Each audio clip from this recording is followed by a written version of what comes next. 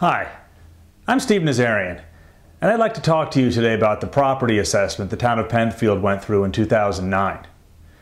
Now, firstly, I want to point out that the state pretty much dictates when a property assessment has to take place.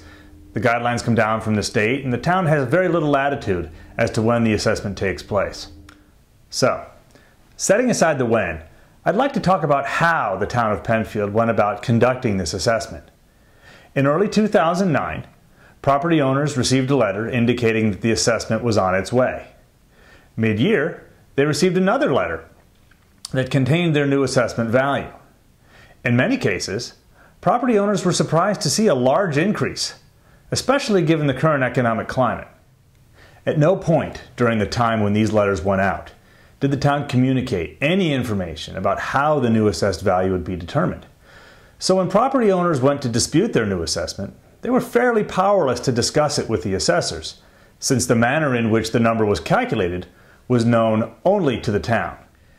If this assessment had been done under my leadership, both letters would have contained a detailed description from the town describing how they were going to go about assessing these new property values. And this does two things. One, it allows the property owner, if they'd like, to go out and conduct their own sort of informal property assessment using readily available public data.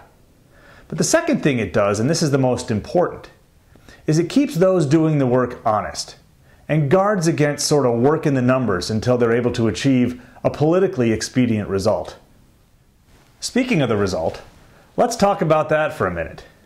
You've all heard many speeches this year and received numerous postcards bragging about Penfield's new lower tax rate. Let's take a look at what that means to an average Penfield taxpayer. For this example, I've selected an actual property for the 2010 Penfield assessment rolls. Before the 2009 update, this house was assessed at $185,800.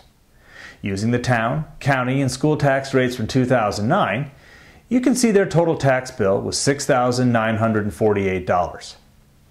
After the assessment in 2009, this house is now valued at $208,000. Now, the lower town tax rate does help offset the increase in value, so the town taxes don't go up much, actually only $2.87. But the county and school taxes are a different story entirely. The county has been very vocal about how the 2010 budget contains a flat tax rate over last year. In fact, some political postcards overtly declare no tax increase. The problem with this is, again, they are only talking about the rate, not the assessment or the levy. Now, getting back to our Penfield house, the new assessment, when multiplied by the unchanged county tax rate and the new school tax rate, which is actually lower than last year's, results in an overall tax increase for this homeowner of $423. In fact, when you look at the town overall in 2009, the residents of Penfield will be paying the County of Monroe an additional $2.5 million in 2010. So no matter what a politician is telling you about a flat tax rate or a lowered tax rate, if your assessment went up in Penfield in 2009, your taxes went up. Period. End of discussion. The people of Penfield deserve a government that will be straight with them. As your supervisor, I will always tell you exactly like it is, even if the news isn't all sunshine and roses. The only thing worse than bad news is bad news wrapped up in a neat little package and having someone try and convince you that that bad news is in fact good news.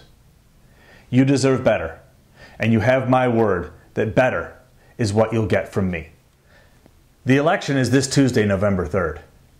Now, if you've liked what you've seen on this website in terms of the writings and the videos, I encourage you to pull the lever for a better Penfield and vote for me. You'll find my name, Steve Nazarian, on the Penfield Supervisor column on the very bottom row. Thank you.